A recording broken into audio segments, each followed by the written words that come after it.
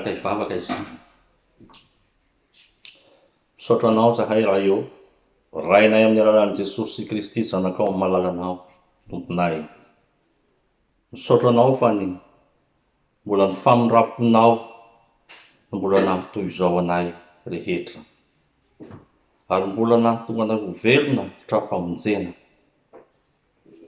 ankehitriny.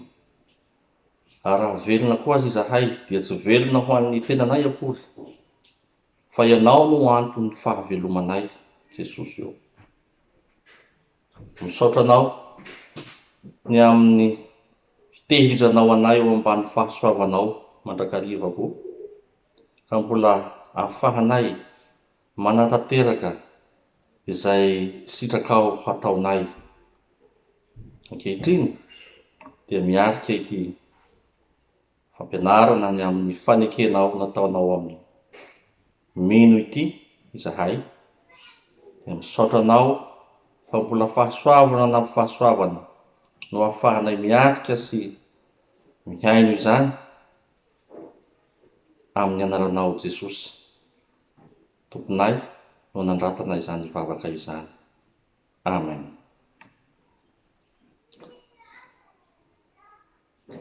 Faly miarahaba antsika zanakiny Fiangonana Tantara Malagasy amin'izao fankalazana ny 10 taona nitsanganan'ny fikambanana izao. 10 taona nijoroana, 10 taona nanambarana ny amin'ny sitrapon'Andriamanitra, 10 taona ny faneraserana sy ny fankaherezana indrindra. Dia zava-dehibe loatra zany. Ary raha ohatra moa ka jerena amin'ny hoe 10 taona dia 10 taona izay raha amin'ny olombelona dia famaranana ny fahazazana hidirana amin'ny fahatanorana. Mitombo ny taona ary dia antenaina fa hitombo tahaka izay ihany koa ny andraikitra sahan'ity fikambanany zanaky Fiangonana Tantara Malagasy ity. Ary dia miarahaba ihany koa ny rehetra izay manaraka izao fotoana rahantsika eto izao. Misaotra anareo tompon'andraikitra ihany koa eto amin'ity tambazotra mpifandraisana ity, nanome anjara ny tenako. Ny mitondra fampianarana eto moa dia pastora Aina. Io no nahafantarany maro ahy teo amin'ny sehatry ny FLM sy fonombola teo amin'ny nivon'ny sinodamparitany fisakana. Nisy ahy fa noho ny fanendren'ny fiangonantsika dia mamita iraka amin'ny mahadokotera misionera aty PNJ aho sy ny fianakaviako. Ny fanekena ataon'Andriamanitra amin'ny mino araka ny Hebreo 10:7-20 no lohatenin'ny fampianarana Soatra Masina haroso eto. Koa tsara aloha ny anoritsoritana sy anazavana ty atao hoe fanekena ity. Arabaky teny dia fifanarahana atao eo amin'ny olona roa na maromaro no atao hoe fanekena. Misy karazany maro ny atao hoe fanekena eo amin'ny andavanandro mpiainatsika. Misy ny atao hoe fanekena ataon'ny olon-droa mifankatia rehefa hiroso amin'ny fanambadiany izy, zany hoe hivady izy roa. Misy fanekena ataony ao.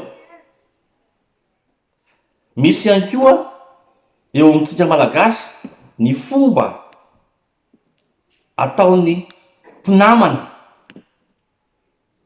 fanekena ataon'ny olon-droa mpinamana tsy mifankafoy, lay antsoina hoe mpifato-dra, mifamatotra ra dia hoe mpifato-dra. Ilay somary didina kely ny tanana, ny andany sy ny ankilany dia samy anankiray misesitra ny anankiray, zay hono dia nanon'ilay hoe mpifato-dra. Fanekena no ao ambadiky reny ihany koa. Tsy vadika fa hitazona amin'ny fankatiavana. Misy ihany koa ny fanekena atao eo amin'ny mpampiasa sy ny mpiasa eo anivon'ny orinasa. Misy ihany koa ny fanekena ifanarahany eo amin'ny tompotrano sy ny mpanofa-trano. Zay ny eo amin'ny akapoben'ny andavanandrom-piainantsika. Fa izay tondrany fampianarana eto kosa dia ny hoe fanekena ataon'Andriamanitra amin'ny mino. Izany hoe Andriamanitra mihitsy no manao ny fanekena amin'ny mino. Ireo karazana fanekena zay nytanysaina dia misy fankatoavany andaniny sy ny ankilany amin'ny fanatanterahana ny fanekena, ireo nytanysaina teo ambony ireo. Fa ity fanekena ity kosa dia Andriamanitra no manao fanekena, ary tsy miandry izay validation avy aminao izy.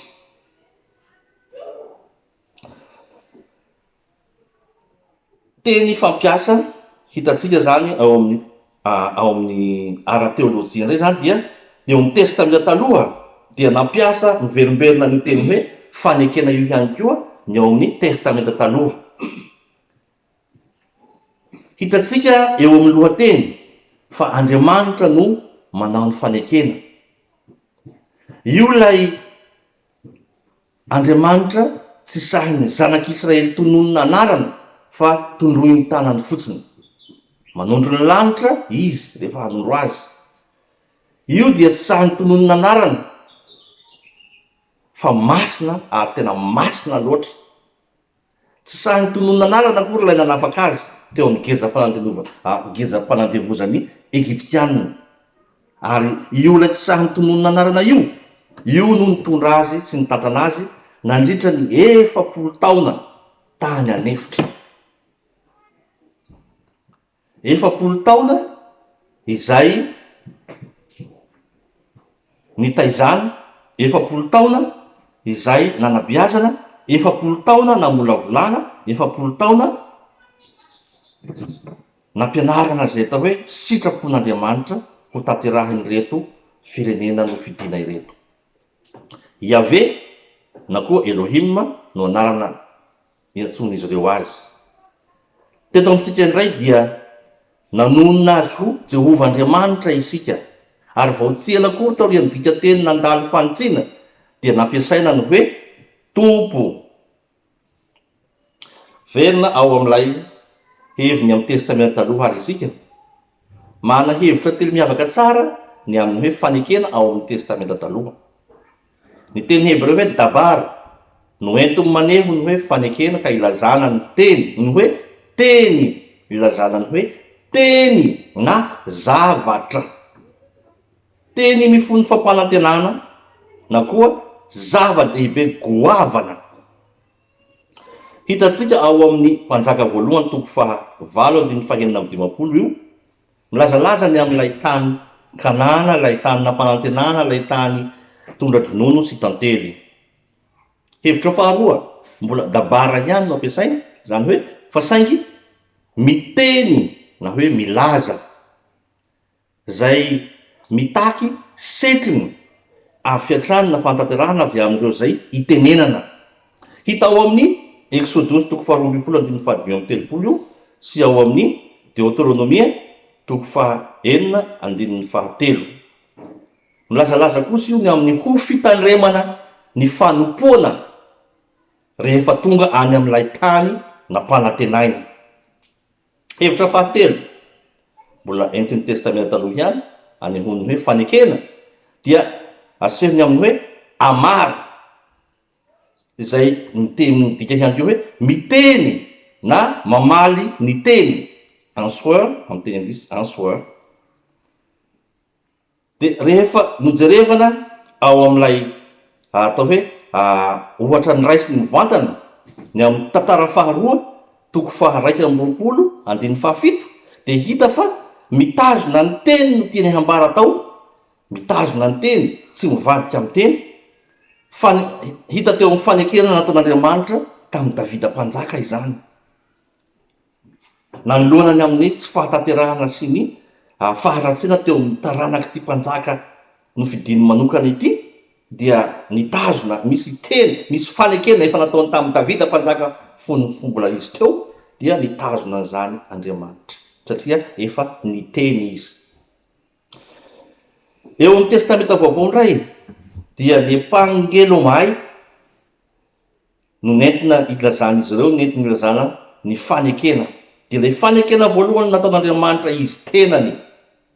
Hitantsika ao amin'ny Romanina toko 4:20 izay nandraisany Abrahama tamin'ny finoana sy fahatokena ny teny fikasana no men'Andriamanitra azy. Ny teny fikasana no lazaina taminy. Hita ihany koa io epangeloma io ao amin'ny Galatiana toko 4:12 ny amin'ny hanomezana ny mino ny teny fikasana no ny finoana any Jesosy Kristy. Hitantsika arak'izay fa miafina ao ambadiky ny fanekena mandrakariva ny teny fikasana. Miafina ary manaraka moramora tahaka ny aloka manaraka ao farany eo ny amin'ny teny fikasana sy ny fanekena, manaraka ny fanekena hatrany lay teny fikasana.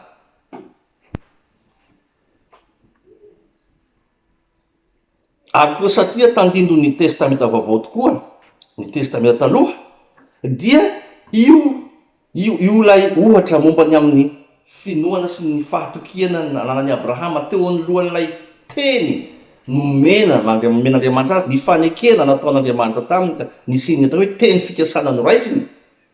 Dia io no mbola ampiasain'ny Romanina ihany koa ao amin'ity Romanina toko 4:20 ity.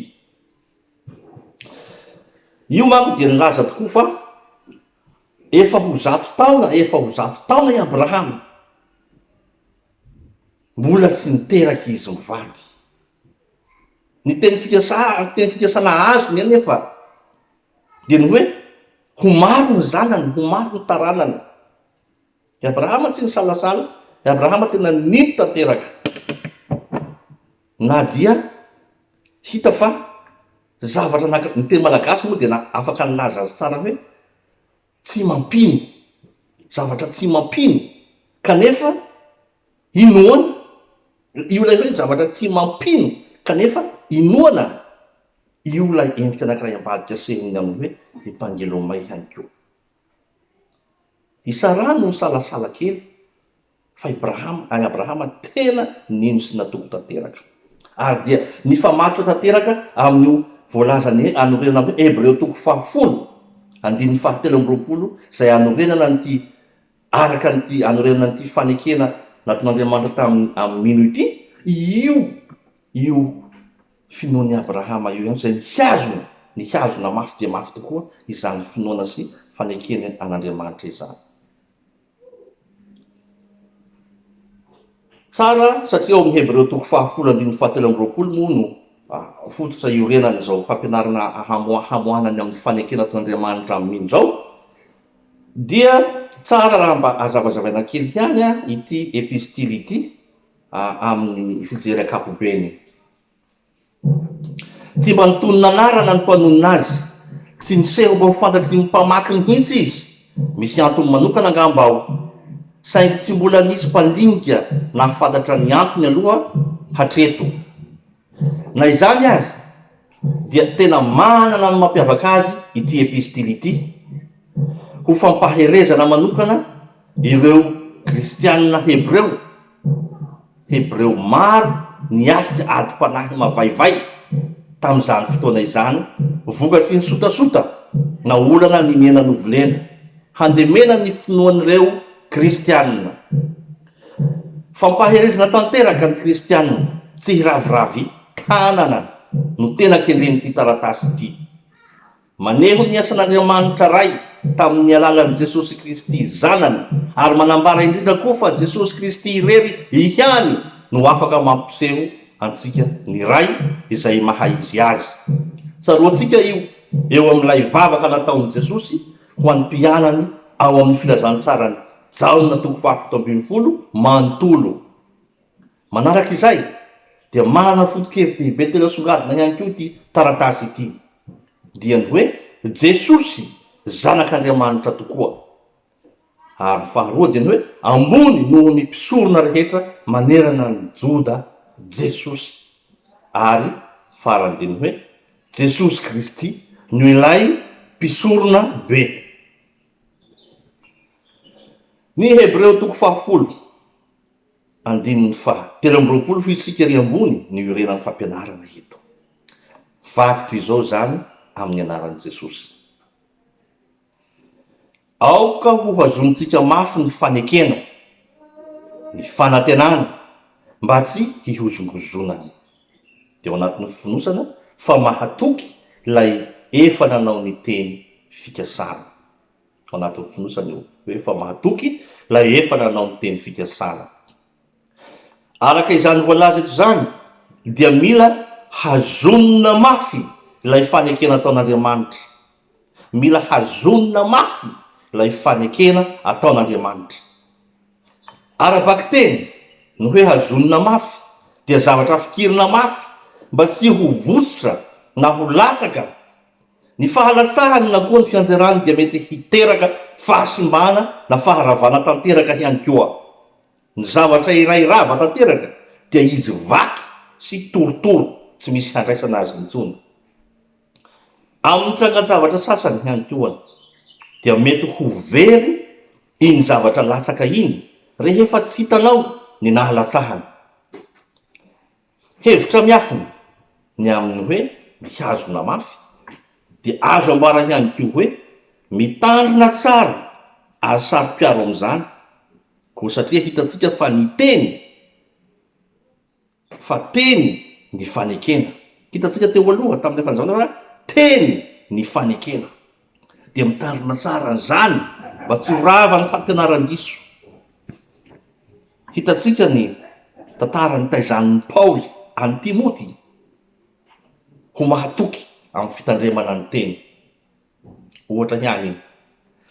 Hevitra miafina manaraka an'ilay hoe mitandrina tsara na saro-piaro amin'izany dia ny hoe mila matanjaka ihany koa ara-potokevitra mba tsy ho voahozongozona.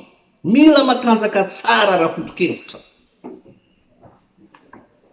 Ary fahatelo dia ny hoe mahatoky amin'ny finoana. Tsy mora mivadika amin'izay efa nekena. Ireo azo noazana fa hevitra miafina ny ao amin'izay hoe ny ambadiky ny hoe mihazona mafy. Ny tsara marina kely dia efa nanao fanekena tamin'ny olony tokoa Andriamanitra tany aloha, fa ity voalaza eto ity zao dia ny hoe fanekena vaovao no atorony amin'ny meno. Fa nahoana moa izy nanao fanekena indroa tahaka izany Andriamanitra? Na hoe nahoana no nanavao indray fanekeny Andriamanitra? Fanontania manitikitiky ny saina tokoa io, fa tsotra ny antony. Ireo olona nanaovan'Andriamanitra fanekena tany aloha dia tsy nihazona na nitandrina tsara ny teny nolazaina taminy, ary tsy nanaja no tsy nankatoa ny didy izay voarakitra tao amin'ny vato fisaka nampitondraina Mosesy. Kanefa dia ny tanan'Andriamanitra mivantana mihitsy no nanoratra ilay teny. Hitatsika ao amin'ny Eksodosy 20, io didy nomen'Andriamanitra io. Ny harihary tsy takona fenina ny ditra ny zanak'Israely. Izy ireo tokoa mantsy lay olony fanekena taloha. Ny Eksodosy 20, andininy 7 sy ny 9 no nampiseho ny fahavetavetany izy ireo. Savana tsara naseho io toko sy andininy io. Ny amin'ilay nandraisan'ny Mosesy ny vato fisaka nidina avy any tendrombohitra, ary dia naheno zavatra amin'ny kotaba ao amin'ny toby. Noheverin'ny Mosesy fa fifaliana ve sa firavoravoana? Ao i Andriamanitra. Zavatra hafa n'izay eritreretinao, ny zavatra ataon'ny olona nentinao miakatra nidina avy any Egypta. Miakatra mosa nidina, niakatra avy any Egypta. Dia akory ny hatezeran'i Mosesy rehefa nahita toa, nahita maso ny zavatra nataon'ireto firenena ireto. Hatezerany. Ary dia ilay vato fisaka dia nopotehin'i Mosesy avy hatrany. Sy reaction hafa be ny Mosesy. Potika, torotoro indray ilay vato fisaka teo izay mitondra ny fanekena nataon'Andriamanitra hamonjena sy hanavotana an'ireto olona ireto, ho hitondra fiainana ho an'ireto olona ireto. Ireo vato fisaka teo na dia mipoteny Mosesy aza ireo vato fisaka ireo vokatry ny hatezerany, dia ino Andriamanitra taoriana kely fa mbola izy tenany ihany no namerina indray nanoratra tamin'ilay vato fisaka vaovao, nanoratany ny didy ray ho an'ny reto firenena nofidiny.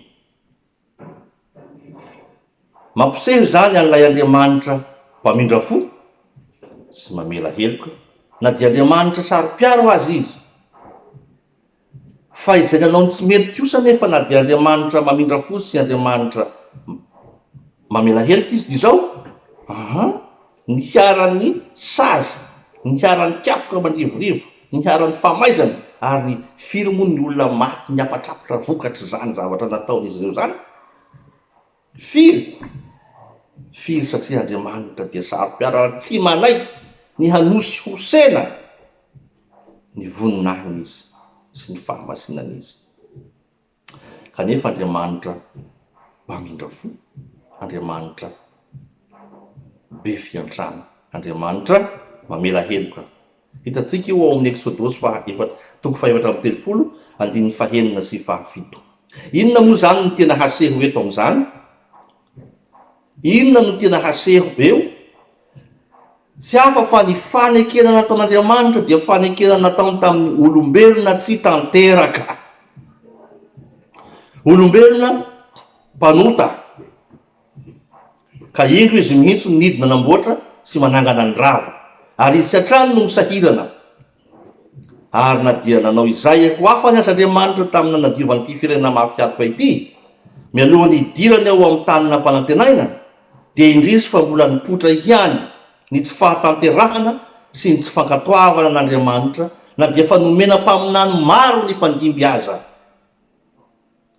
Koa dia indro Andriamanitra fa nanavao ny fanekena indray, ka tsy tamin'ny vato fisaka intsony toy izay natolony amin'ny Mosesy no nanoratany ny teny, fa napetrany ho ao an-tsaina sy nosoratany ao am-pon'ny olony ny fanekena vaovao ny lalàna.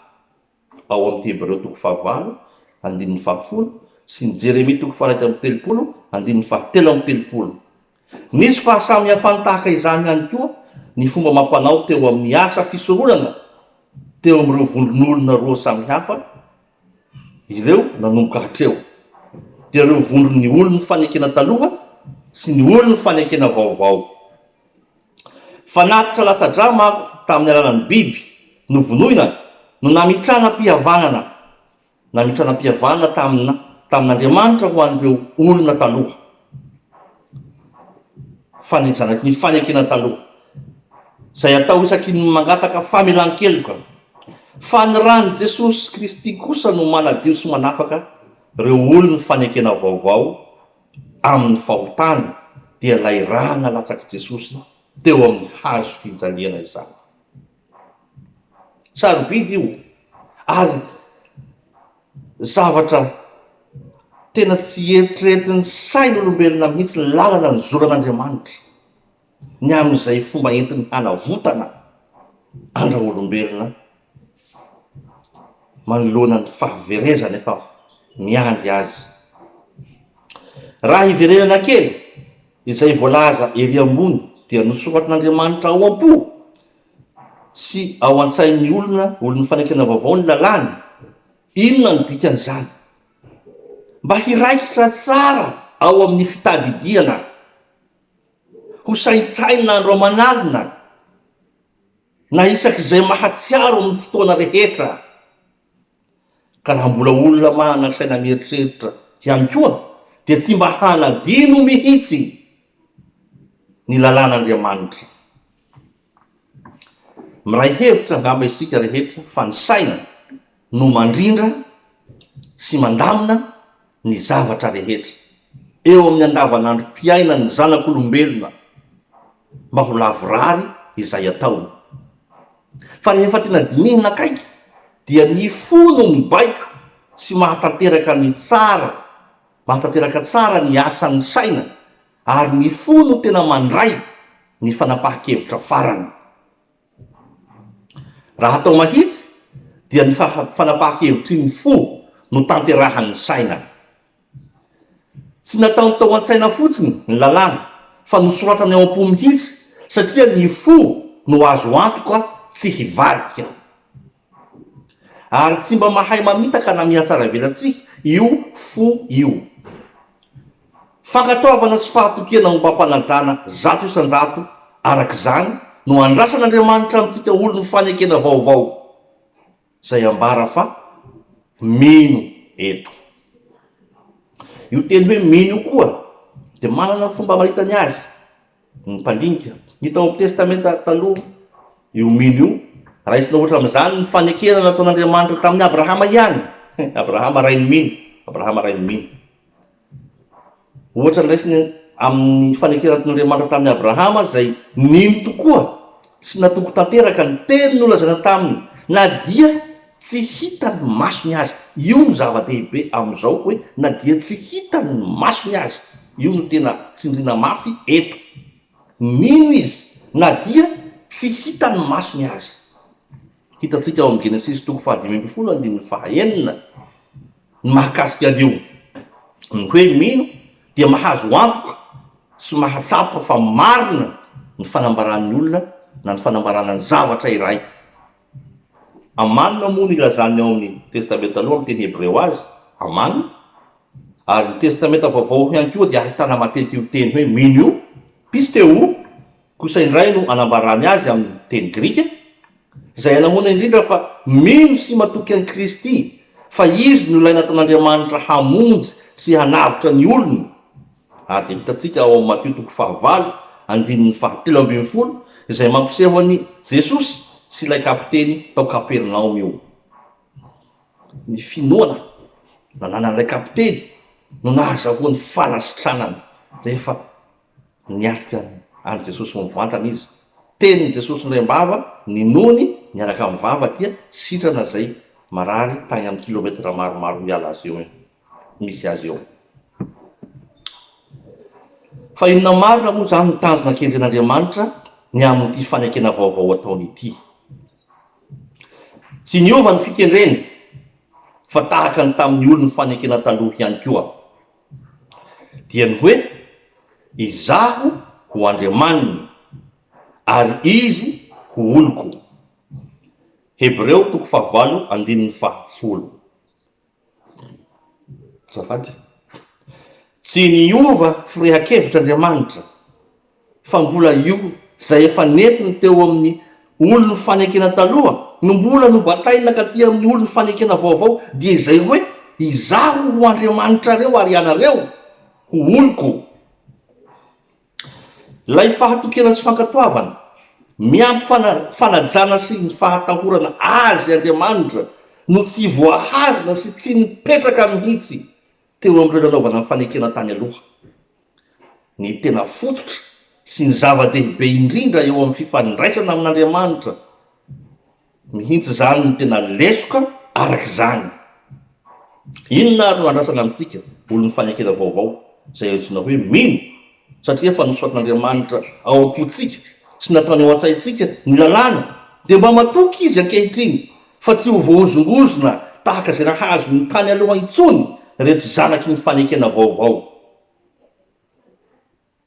Raha ny marina anie dia ny fanekena tokoa ny vaovao, fa ny olona ankehitriny dia ilay taranaky ny tany aloha, taranaky ny tany aloha ihany.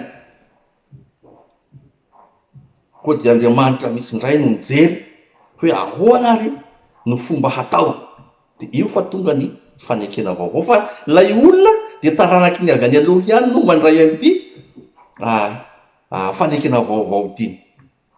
Koa vokatr'izay sarotra tamin'ny Jiosy nandray ny fanambaran'i Jesosy, sarotra tamin'reto taranaka vaovao reto olo ny fanekena vaovao reto, na dia ireo aza dia sarotra taminy nandray ny fanambaran'i Jesosy lay hoe izay mihinana ny nofoko sy misotro ny rako no manana ny fiainana mandrakizay, ary zaho hanangana azy amin'ny andro farany. Jaona 4:5-7. Io lay hoe Jesosy mofinaina.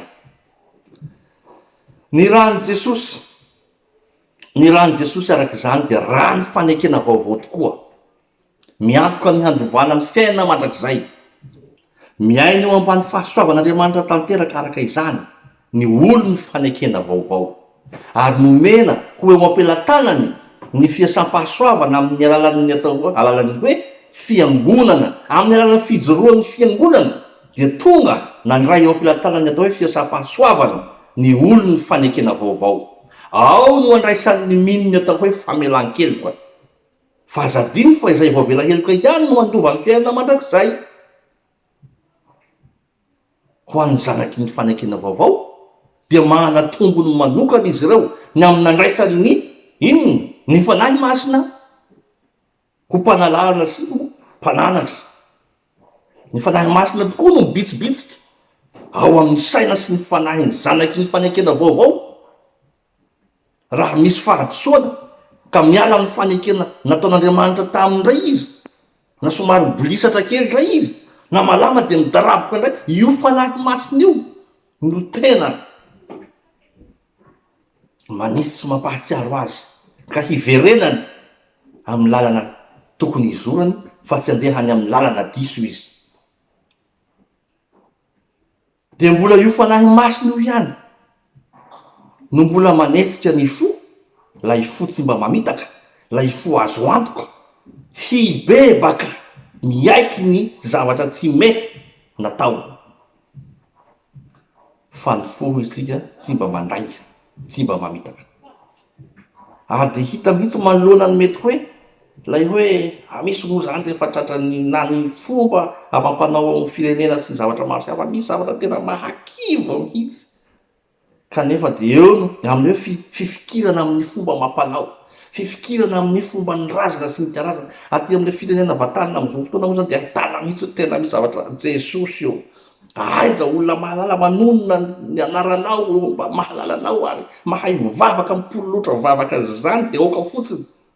Fa nahoana no mbola mampirafy ianao amin'ity fomba ny zareo ty izy?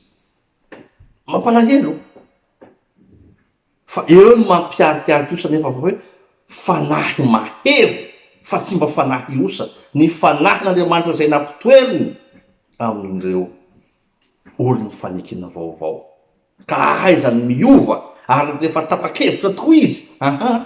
Mipetraka aby ny zavatra rehetra na izay hita fa mety hanelingelina ny fifandraisany amin'ilay Andriamanitra no fanekena taminy. Ary avy amin'izany no mahatonga afaka tsy manatahotra akory fa mandray ary mampiatra akory hoe izay hahaverenao ny amin'ny helo no atahoro, fa tsy izay zavatra ivelany sy manodidididina ihany sy hitondra makaiza akory, fa vao maika izay hitondranao amin'ny fahafatesana sy ny fijaliana sy ny zavatra sandoka sy fitaka, fa izay hahaverenao ny amin'ny helo no atahoro. Manao ny asany tokoa arak'izany ny fanahy masina, arak'izay tratrany ary tsy mba miala sasatra izy. Na izany aza nefa dia miharihary eo amin'ny asa sy ny teny ary ny hevitra isan'andro ny amin'ny fomba ataotsika isan'andro. Na dia efa mihary maheresy lahitra ny amin'ny atao, na dia voatsapa tahaka ny fitsapana n'ity zavatra tsapahitanako hazo atao loko ty aza ny amin'ny atao Andriamanitra eo akaikinao sy momba anao sy mibata anao sy manampy anao, dia mbola miharihay hatrany tsy fahatanterahana, tsy fanajana ny fanekena nataony taminy sy taminao. Fa efa tandra vandikoditra tokoa eo amin'ny olombelona ny fahotana. Fantatr'Andriamanitra io ka izany napaharetany ny famondrapony amintsika. Fa Andriamanitra tokoa tsy mba olombelona ka isaina tahaka ny olombelona manoloana ny fahadisoam-panantenana hazo azy. Moa tsy naharary azy va ny fahalavoan'ny Adama sy Eva izay naharava tanteraka ny planina efa nataony hatrany am-boalohany? Moa tsy nampalahelo azy hoe namonoany Kaina ny Abela eo ambany maso ny manjary io fa verina ny fifamonoana? Tsy hita moa ve tsy niarihary teo ambany maso ny namonoany Davida mpanjaka, ankoraka any Oria no ny fitsiritany ny vadin'ity lehilahy antsoina hoe Oria ity dia Batseba zany? fa mbola ny karakarainy sy notahiany ary mbola narova ny hatrany ireny olona ireny fa tsy narieny tamin'ny hadalany. Na izany azy dia samy nahazo kapoka mandrivorivo fa tsy nisy afamaina, tsy nisy afamaina tamin'ny ratsy izay nataony, satria zay lay Andriamanitsika, zay izy zay. Koa maika ve raha isika kehitriny zay efa nampiavanina tamin'ny alalan'ny zanany malalany, efa nitondrany zanany mafy indrindra, hisolo vaika, hisolo vava, nisolo toerana atsika, maika fa isika tsy ho arovany sy hahazo famindrapo aminy.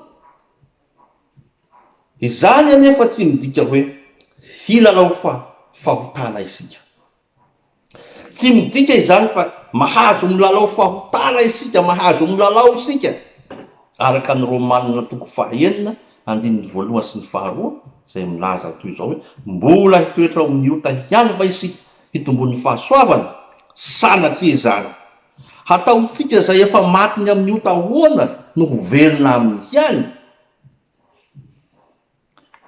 Marina fa eto amin'izao tontolo izao tokoa isika ary hoharina amin'ny zanak'ondry latsaka eo afovoan'ny amboadia maro, ary eo amboadia ireo dia samy vonona ny handrapaka hihinana atsika izy rehetra. Fa iza moa ireo amboadia ireo lay andavanandrom-piainantsika izay ho zavatra maro mitady hampiozongozona lay fanekena efa voaraitsika. Ireo amboadia miranirany be ireo lay fakapanahy maro isan-karazany, tsy haitany saina intsony izy rehetra fa maro dia maro, izay ampilendalendainy devoly ny zanak'Andriamanitra. Ary zany koa isika tena zanak'Andriamanitra, fa isika ampilendalendainy devoly amin'ny zavatra hafa, lay devoly fahavalony raitsika zay an-danitra. Manoloana izany rehetra zany sy ho setry ny fanekena atao Andriamanitra amin'ny mino dia indramina indray eto ny hafatry Paoly ao amin'ny Efesianina 1:1-12 milazalaza ny tokony hitafianareo fiadian'Andriamanitra efa natolony ho eo ampelatana antsika, mba hahafahantsika hamahatra tsara manoloana ny fanambolen'ny devoly. Ary tahaka ny Paoly moa dia nataony tahaka ny taimboraka mihitsy ny zavatra rehetra mihoatra ny hatsaran'ny Kristy ao amin'ny Filipianina 4:5 no anehony an'izany. Dia hoy koa Josoany ao amin'ny Josoa 1:7 manambara mampahery atsika hoe koa mahereza sy matanjaha, aza matahotra na mivadi-po ianao, fa momba anao Jehovah Andriamanitra ao amin'izay rehetra alehanao. Toko lehibe nie zany ho an'ny mino izay nahafikitra tsara ny fanekena eo am-panatanterahana ny fiazakazahana. Fa rehefa vita zany ka nahatanteraka tokoa ny ady tsara ny finoana, fa tsy hoe mino mpanaraka volontany na mino anarana entina fotsiny, fa rehefa tena nahatoky tamin'ny ady tsara ny finoana dia ny tompony efa manomana fitoerana ho an'izay tena nandresy, fa hoy Jesosy, ary raha handeha hamboatra fitoerana ho anareo aho izy, dia ho avy indray ka handray anareo ho any amiko, ka izay toerako no itoeranareo koa. Tsara ne zany. Ao amin'ny Jaona 4:7 no anambarany Jesosy an'izany ao amin'ny filazantsara ny Jaona. Zava-dehibe tokoa zany hoe hiara-mandova fiainana mandrakizay amin'ilay antony fahavelomantsika kehitriny dia Jesosy Kristy. Tsara tsy misy tsara ho tahaka an'izany. Koa herezo romeny, azakivy, azaketraka, na dia mandalo ady sarotra sy mavaivay aza ankehitriny, tena mavaivay, raha tsy hilaza fa tsy olana teraky ny Covid io.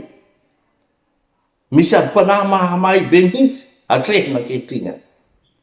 rehefa mijery ny fiainan'ny fiangonana, vokatry ny fifanandrinan'ny hery roa samy hafa, ary hita hoe tahaka ny asa fitaovana ampiasain'ilay adversaire-n'Andriamanitra indray le izy. Rehefa tena jerevany, misy hery roa mifanandrina ao, toa mahatsiaro tery ny fiangonana amin'izany fotoana izany, kanefa tsy sepotra. Tery izy, terena mafy dia mafy, fa tsy ho sepotra izy. Matokia nefa fa Kristy ihany koa ne efa naharesy zao tontolo zao e. Ao amin'ny Mateo 5:17 no manambara an'izay. Ka izay rehetra ao amin'ny Kristy, ary Kristy ao aminy, dia haharesy zao tontolo zao koa. Manana faharetana, mba tsy hihozongozona ny fanantenana velona, efa ao anatitsika. Tsarovy fa ny fandresena dia tsy fandresena. Tsy fandresena ny fandresena raha tsy misy ady atrehinao. Fa io satroboninahitra omena ny mpandresy io, dia tsy azo azo foana io raha tsy andrena ilika tompoko. Koa eo ampiatrehana an'izany, dia aoka hitoetra betsaka ao anatinareo ny tenin'ny Kristy.